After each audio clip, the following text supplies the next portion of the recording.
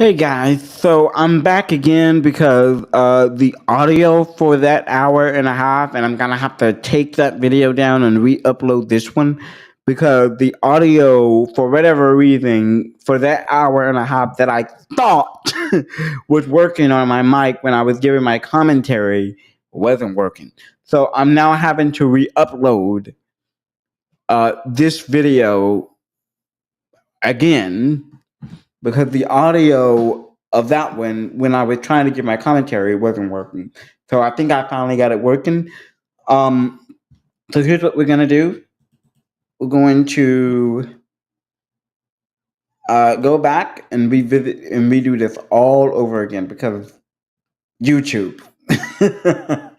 Okay, so as you guys are aware, this is a debated conversation between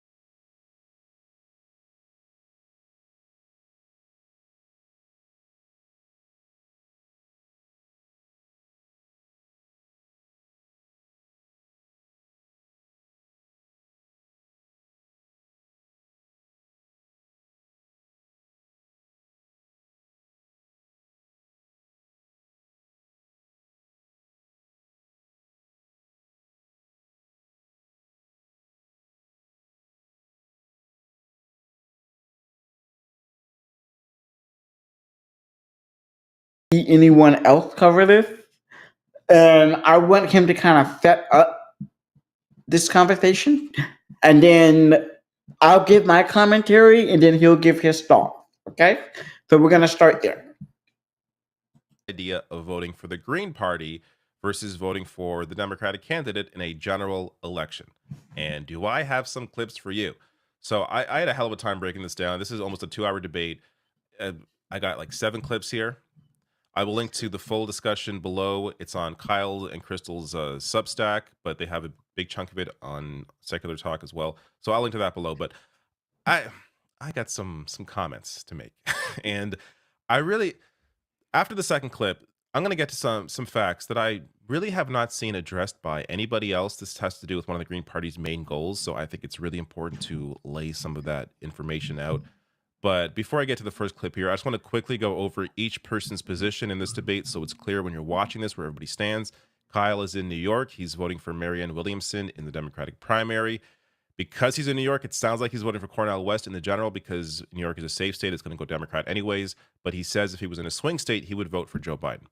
Crystal is in Virginia, is voting for Joe Biden, voted for him in 2020 as well. And, agrees with Kyle on a lot of the main points, but also cites the massively beneficial changes under the National Labor Relations Board that has strengthened unions under Joe Biden, which has been, I think, one of the more surprising aspects of the Joe Biden presidency. And Brianna Joy Gray is, I believe, still in New York, is voting for Cornel West and is advocating support for the Green Party nationally, but does admit that it's more difficult, or that it's a more difficult choice to vote for the Green Party in a swing state. That said, she does heavily support the Green Party and is pushing that. So let me get to the first clip here, where Brianna is discussing why she thinks voting for the Democratic candidate has a negative effect. Let's say Trump is an existential threat. Let's say that he's a unique threat among all Republican candidates. My concern is that every year, because we all vote for blue no matter who, because most Democrats vote blue no matter who, or most left-leaning people do, the message that gets sent out is that Democrats don't have a bar. You can go as low as you want, as close to the Democratic Party as you, Republican Party as you want, and there's a ratchet to the right effect. And Republicans know that they can keep being more and more extreme. All right. Okay, so before we get to David's Doyle commentary, which kind of links up with my own commentary, so there's an agreement between the two of us, I want to introduce you guys to my website that I showed on my first one, but the audio for some reason got cut out. So I want to show you this on my audio on my blog here. So if you go to facetheleftist.com, that's all one word, facetheleftist.com //blog, this is what you'll see. This is a blog that I am introducing as a way to kind of give my take on the progressive and the entire political arena. Now, for those of you guys that don't know who I am, my name is Willie Morris. I am an activist. I am somebody that an advocate and activist, which go hand in hand, if you ask me, for the disabled community.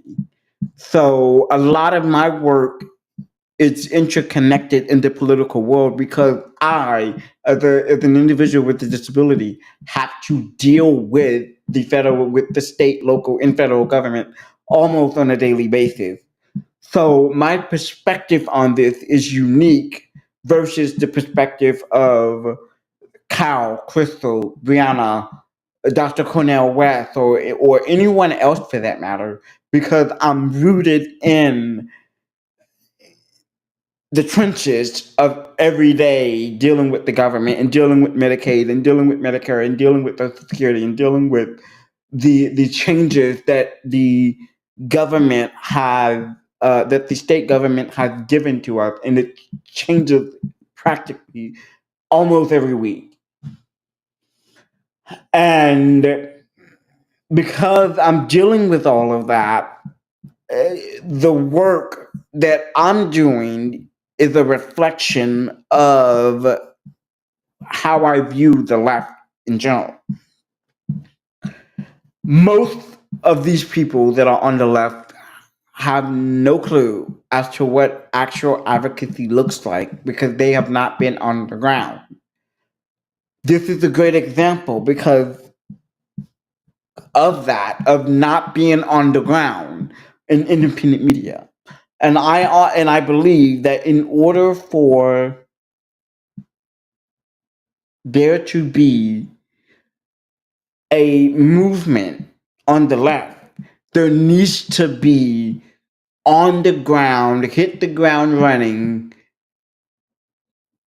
legislation in connecting with people, not just through online, but in real life, and influencing government. Now, Brianna Greyjoy lives in New York, so she's safe.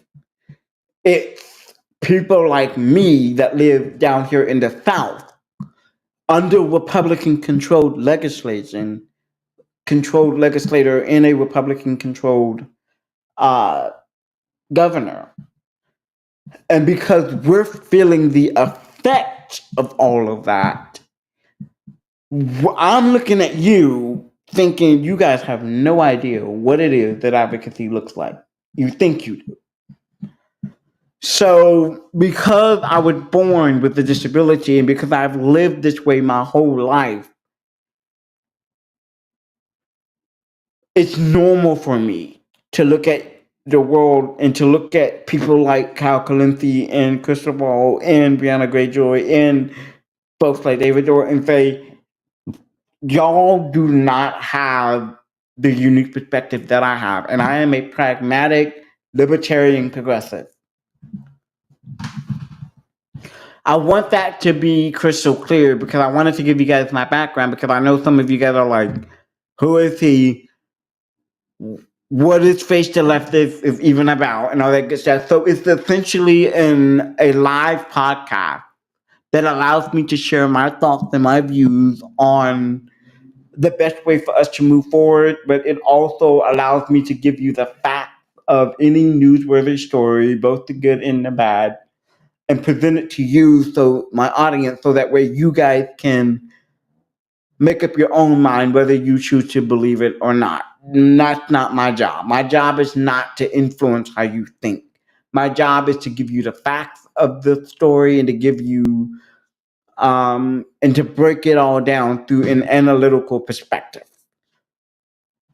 This is my blog, as I said earlier, and I get to use this blog as a way to kind of showcase my inner thought on the progressive side of things. Now, as I said, I am a libertarian progressive, but I am also. Let me share with you a little bit of my perspective because my blog is very tangent on this. Um, the pragmatic libertarian progressive perspective, what I believe as a progressive libertarian. Now, forgive the writing here, but this is something that it needs to be heard.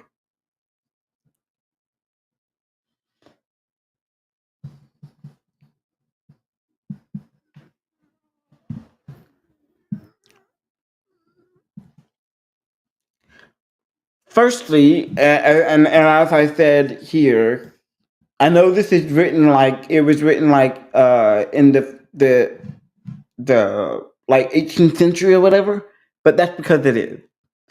I put it this way so that way it's plain, but it gives you a little bit of more of me in terms of my writing style. So let me start off by saying this. Firstly, let us delve into the concept of pragmatic libertarian progressivism. It is in Agmenite. I can't even pronounce that word, Lord Jesus. All right, let me do this, guys.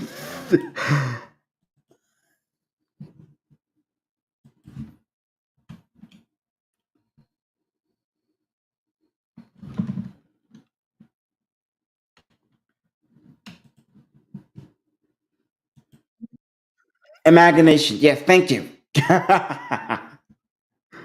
Imagination. Amalgamation. Okay, here we go. Of ideas that seek to harmonize the libertarian emphasis on individual freedoms and merit and limited government intervention with the progressive commitment to social justice and equitable governance. This synthesis, I contend, offers a practical path forward in our complex society. While the online progressive community brims with jealous advocacy for change, it often exhibits a lamentable misunderstanding of the intricate mechanics of governance.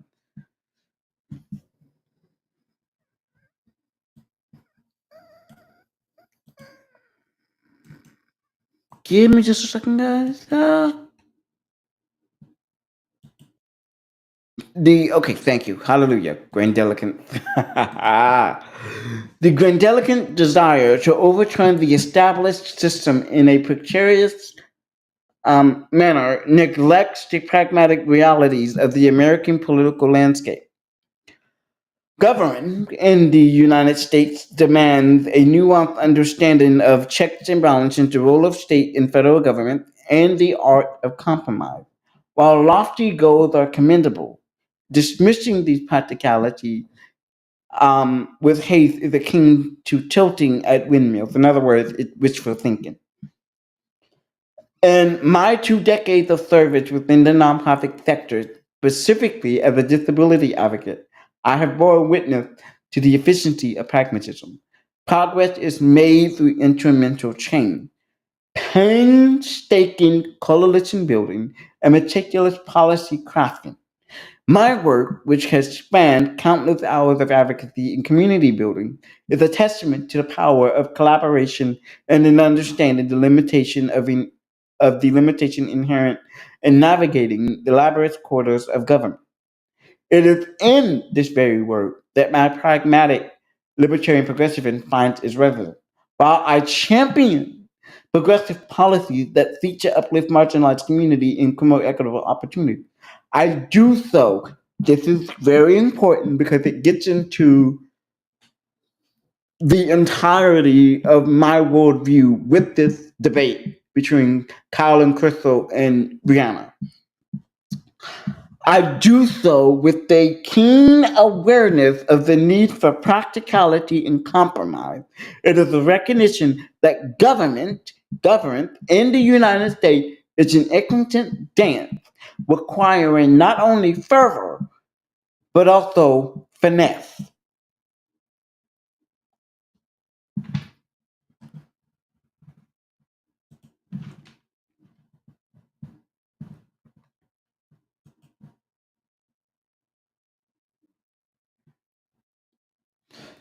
Okay, now let's get back to the argument that Brianna just made about the Democratic Party and about the voters. And I think she is oversimplifying the issue here. She says that basically her entire argument hinges upon if the Democratic voters keep voting for the Democrats, this is the argument that the Green Party voters are making as well as her. She believes that if the Democratic voters keep voting for the Democratic Party in the way that they do with the argument of vote blue no matter who, that argument is wrong. But this is what she says. She says that if the Democratic constituents keep voting in the same way, that it sends a message to the party that they can go as far right as they want. Here's the issue with that argument. As I have demonstrated here for you,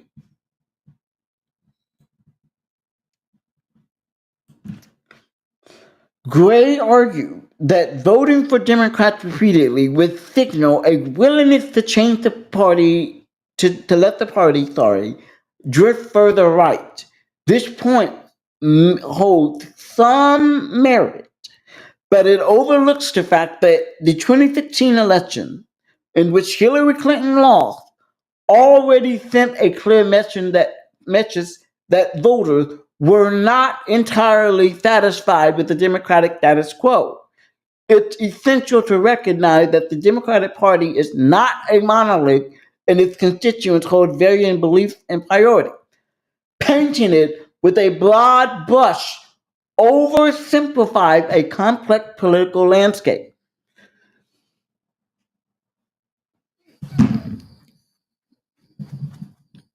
Brianna, in so many words, is being intellectually dishonest. That's what this is. This is her being intellectually dishonest. Now, I don't know who she is placating to, but it is intellectually dishonest to make this argument.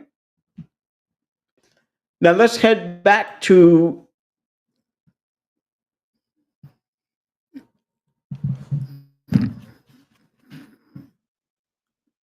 David Doyle with where this argument is coming from. Oh, and by the way, shout out to David Doyle for covering this, because I have not seen any of the channels that I follow actually cover this at all.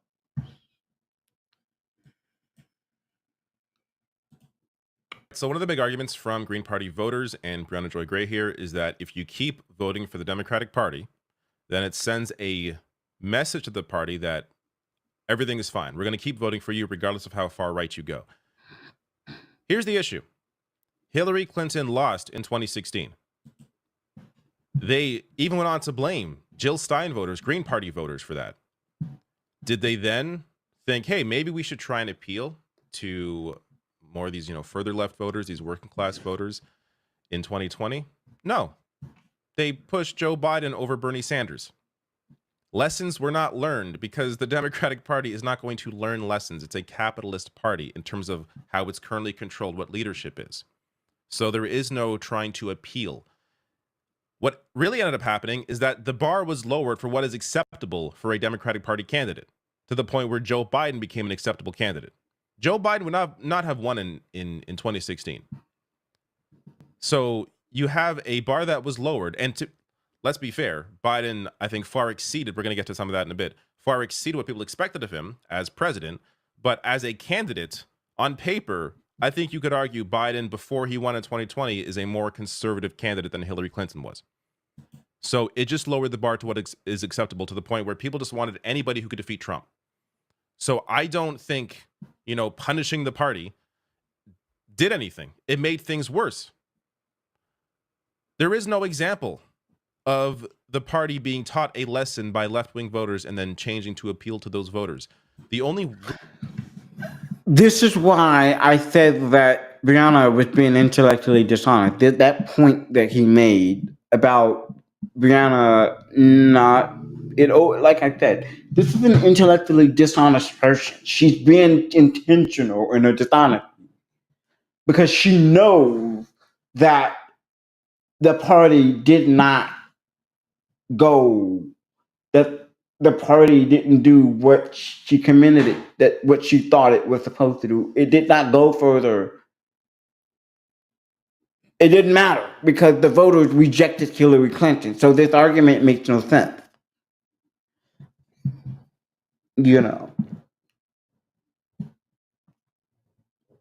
Let's continue.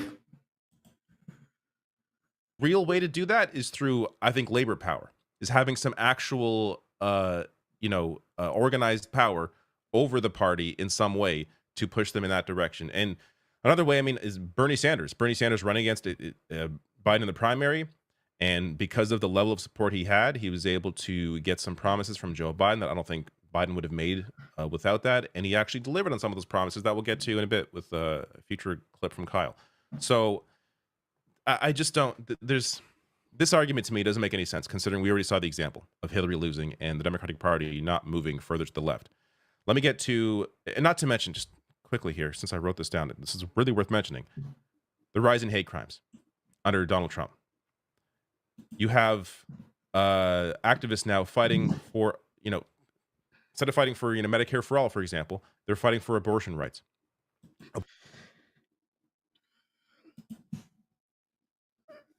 This is a really good point. So the intellectually dishonest part of Brianna Joy's argument is that she's refusing to acknowledge that there are harsh realities that are being faced by those that she claims, burn it all down.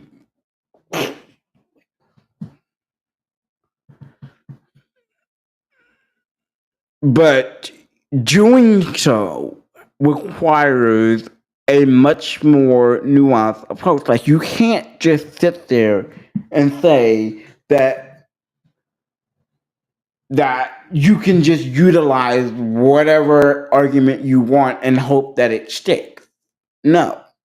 The Democratic Party, for all of its flaws, is the better party in terms of the representation that it represents. And you're dismissing that in favor of what?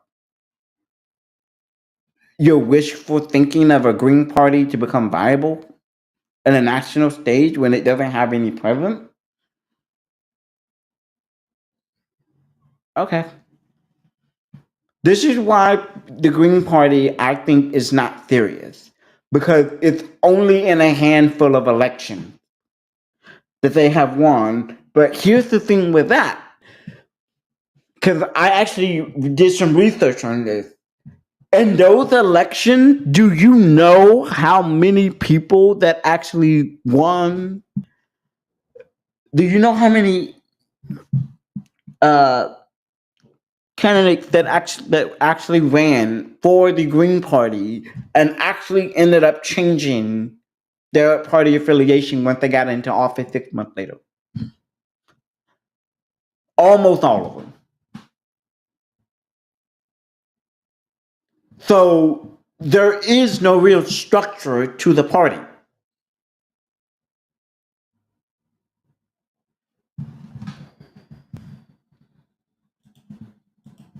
Abortion rights that were taken away because of Trump's Supreme Court picks. Like, think of how much further back things have gone. It's reversed progress decades because Trump won. So I just don't understand this argument at all, because we see the results of Trump winning and how much it's turned things backwards. Let me get to the next clip now, where this is another argument you hear a lot, is the federal matching funds. So if the Green Party hits 5% in the popular vote, they will get federal matching funds for the next election, which can make them a more viable party. I will get to discussing a bit of that after this clip. The structural barriers against running as a third party, as rigged as it is by the DNC against outsider Democrats, which it definitely is, it's even more rigged against third parties, which is why they always get like 3% of the vote. Which is literally why Bernie got 43% of the vote. Which is literally why people feel it is a structural advantage to get someone like Cornel West to 5% of the vote so they can get federal matching funds. All right. I'm going to pause it here because I have some thoughts on that. Again, you can go to my blog to read all about my thoughts on this. But let me point out, again, Gray is being intellectually dishonest here. She knows, I assume she knows, she's a very smart girl, but maybe she doesn't know. So let me go ahead and say, I assume she knows. She's being intellectually dishonest. And as I said earlier, I don't know who she is placating to, but there is no viability for Cornel West. None.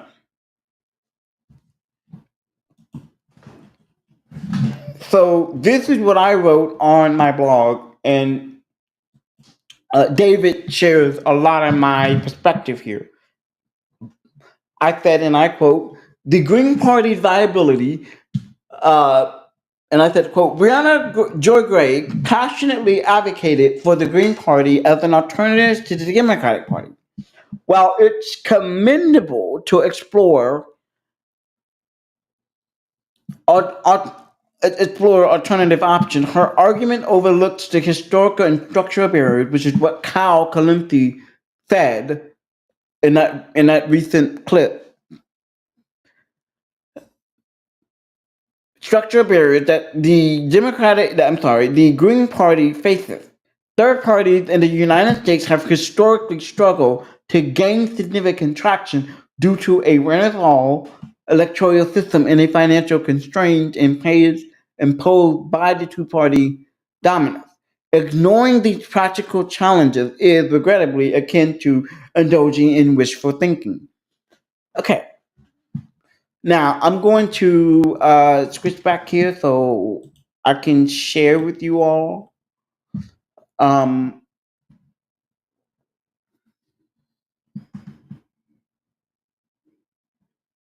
this perspective, because I want you all to understand why this is a problem for them. So, here it is.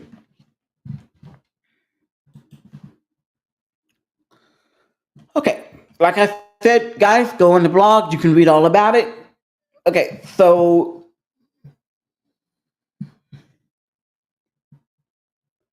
I want to start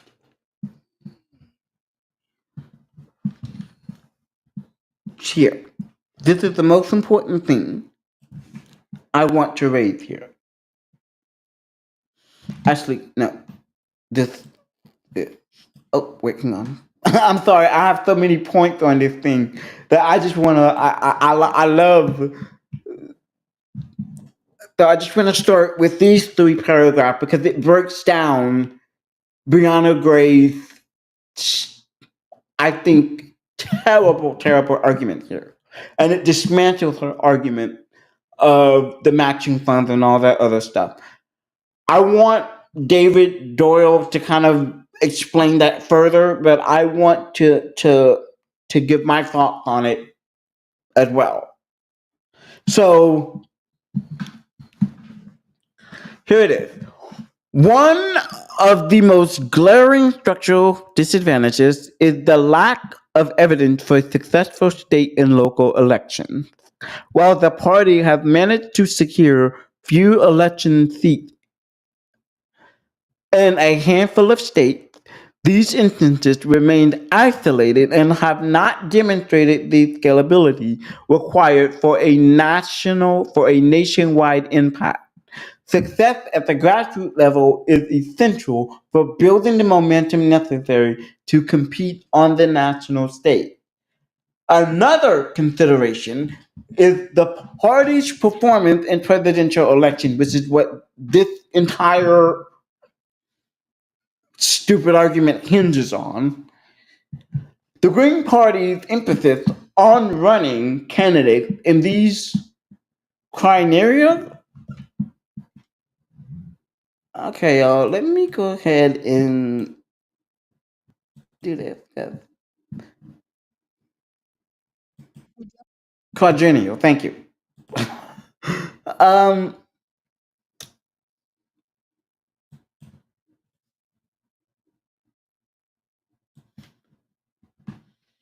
okay. In these quadrennial contests, it's understandable as it provides a platform for their ideas and helps them garner some attention. However, the party's inability to secure a significant portion of the vote in these elections raises concern about its broader appeal. The crux of the matter is that while securing 5% in the polls might seem like a laudable idea, it remains a hollow achievement if it does not translate into secure victory at lower levels of government. A pragmatic assessment must ask, what good is the 5% threshold if the party cannot prove its case to the American people in state legislators, city councils, and county boards? And again, this goes back to my previous statement when I said that these handful of candidates that did win their election have switched their party affiliation from Green to Democrat. So it doesn't even matter.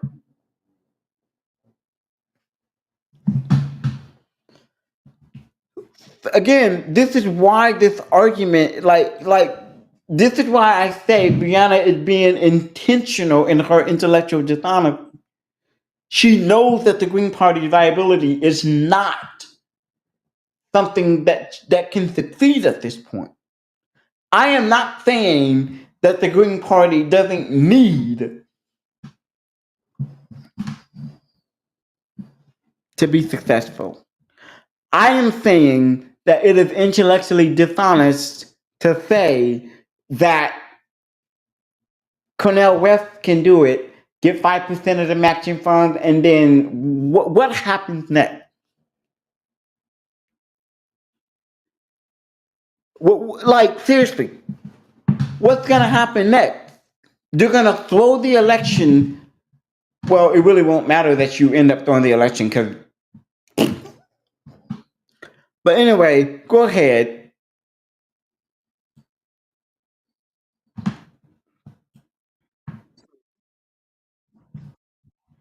On the surface, sounds very convincing. If you get the Green Party to 5% of the popular vote in a general election, they hit the threshold for getting federal matching funds, which would allow them, this is the argument, allow them to better compete in the next election. This is at the national stage. Here's the problem. If you can't compete in the local and state legislation, you have this argument doesn't matter.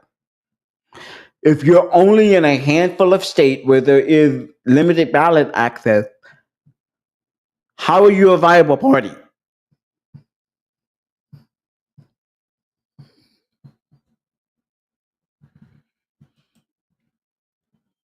How are you a viable party? Like, that is a literal question. How are you a viable party if you can't even compete at the local and state level? You're not.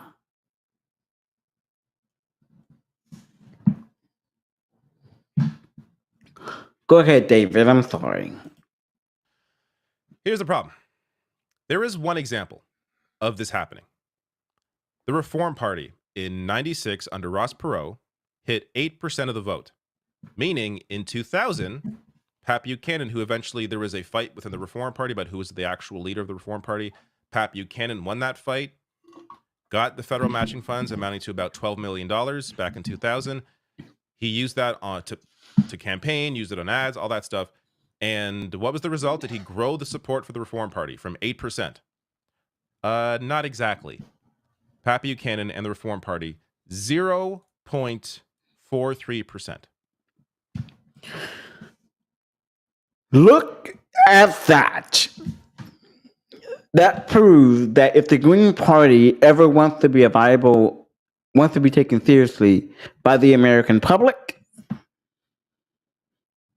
this is laughable. Because it shows that the Green Party can't win. And that the American public, when they go and check off on their taxes, what they identify as, the Green Party is not the first party that they identify as. So it shows a structural disadvantage. Nobody knows what the Green Party is outside of this subset of voters. Nobody understands what the Green Party has become. Like,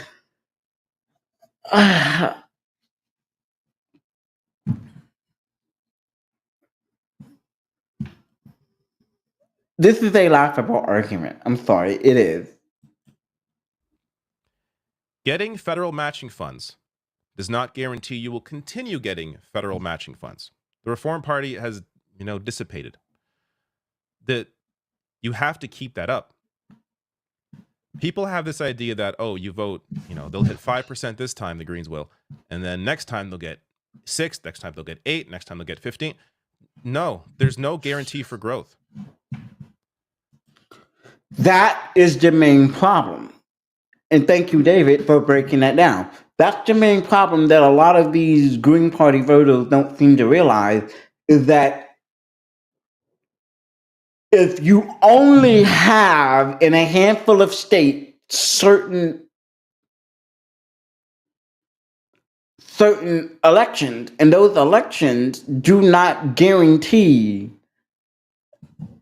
like, if you can give me a Green Party that can be elected, a Green Party member that can be elected to the national level of politics, okay, yeah. But in most states, the Green Party is not on the ballot access. They don't have access. They're limited. So it's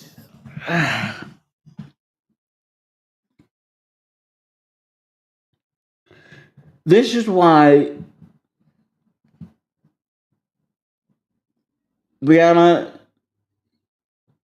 needs to go away. She needs to go away. She needs to take her subset of voters and get off and get away from the left. Because while they are part of the left, they are also toxic. And this is proving it. This is not the solution to the problem.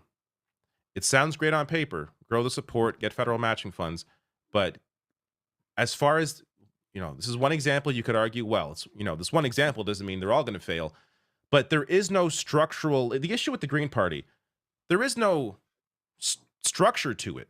There are no local races. There are no state races. So again, as I said earlier in my commentary, there is, but they're only in a handful of states. And those state and those local parties, they have switched their party affiliation from Green to Democrat. I wonder why. So David is saying because there is no structure in those parties at the local and state level, there is no way to go their support. I agree. Because I do not see now in my home state of Arkansas, which is where I'm from and I'm currently residing in right now, there's only two that were Green Party. Are you fucking kidding me?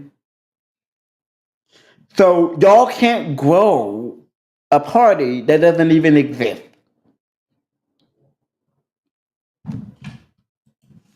Like if there was an actual, if we saw building blocks where the party focused on, let's say like one House seat, got that person in, then you could argue, well, look, they're building the blocks to form a party that could really compete.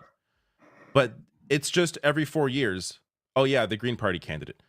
You have to actually build support in states, build support locally.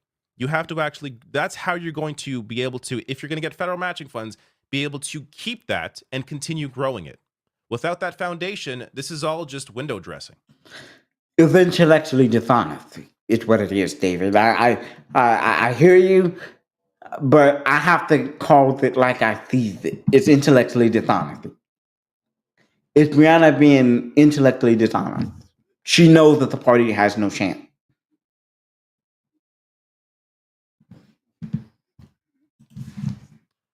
So, like this argument to me, while it used to make sense when I didn't know as much about the history of the Reform Party and what federal matching funds actually amount to, when you look into it a little more, it doesn't make a whole lot of sense. And also, we're talking about roughly $10 million is what the Libertarian Party would have got in 2016 if they hit 5%. So the number actually went down because less people are checking the box on their tax return to say, Didn't I just say that? Didn't I just say that? yes, give $3 to this big pool of money that goes to public funding of elections. So because there's less support for that, the money is not, in that pool is not growing either. So it went from 12 million in 2000 to 10 million in 2016. And roughly 10 million against the Democratic Party and the Republican Party doesn't mean a whole lot. The focus has to be on, local, has to be on really building out the party, because if you don't have that, you don't have much to work with. Let me get to. This is why I said earlier that this is just all toxicity, intellectually dishonest, and living in la la land. Like, these people are living in la la land. They're not serious. They're not serious. They can't mount a real challenge to the presidency because there's no support at the local level. Like maybe in New York, maybe in California, where their blue state is that, but not in red state. There's limited ballot access, and as I said to you before, the Green Party, in terms of it, let me check something out here. Give me a second.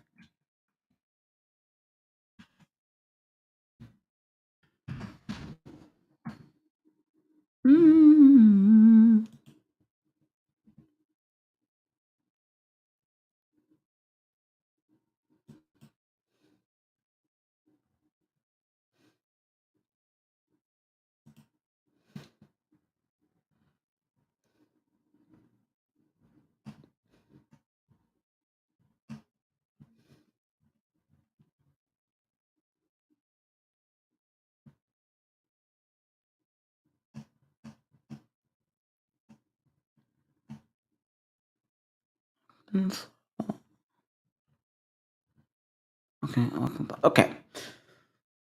All right. We have one. Let me show y'all this because, like I said, I live in the state of Arkansas. So let me show y'all this real quick. One person from the Green Party from 2008 to 2009 that was a part of the House of Representatives in my home state of Arkansas. One. Okay.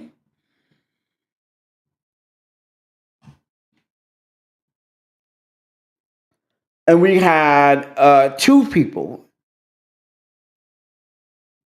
from my home state of Arkansas and Fayetteville City Council on the Fayetteville City Council. Two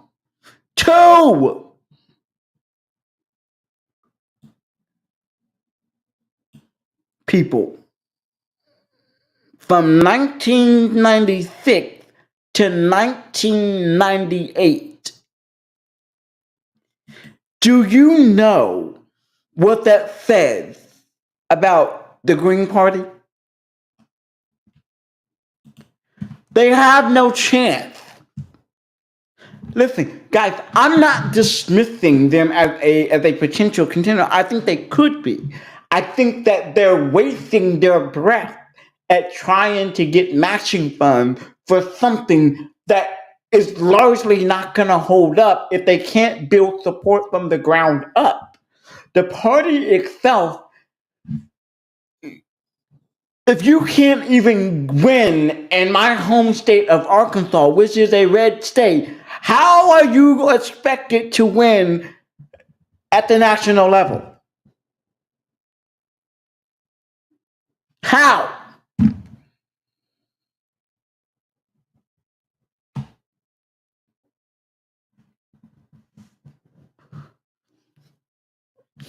This is the problem with third parties, and this is the problem with its defenders. It cannot reasonably and through the lens of nuance and pragmatism actually utilize a mountain defense because of the limited ballot access in the local and state races. As I said to you guys before, I am, by all measures, an advocate. And because I'm an advocate for the disabled community, I know what community building looks like.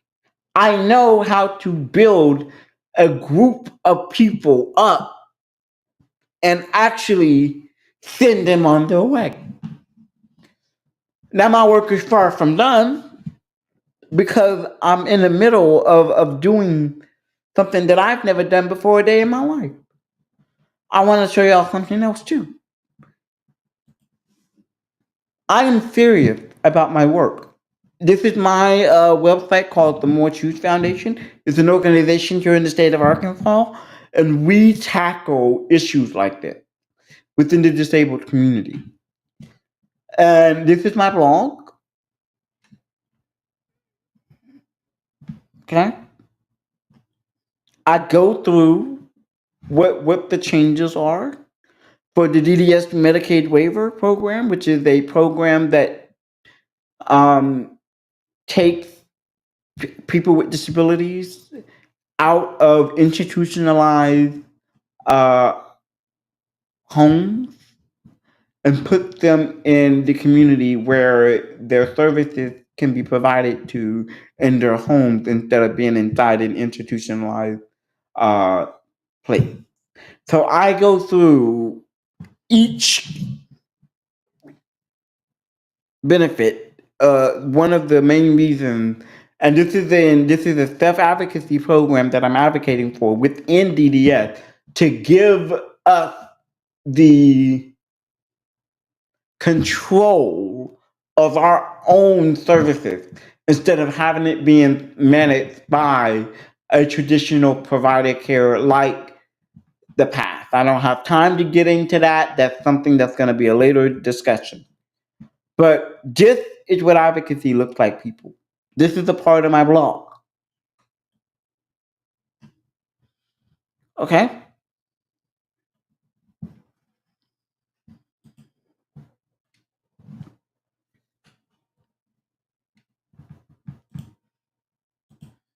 To the next clip here, where Kyle makes the case for why Biden's presidency has been surprising. I expected nothing of him, Brianna. I expected this is the guy who brought us the Iraq War and the Patriot Act and NAFTA, and he's like the poster child of the conservative Democrat and the neoliberal. But then he gets in office and he does all these things which shock me. He massively reduced the drone war by over 90%. He, like I said, pulled out of Afghanistan. The Supreme Court overturned the EPA's ability to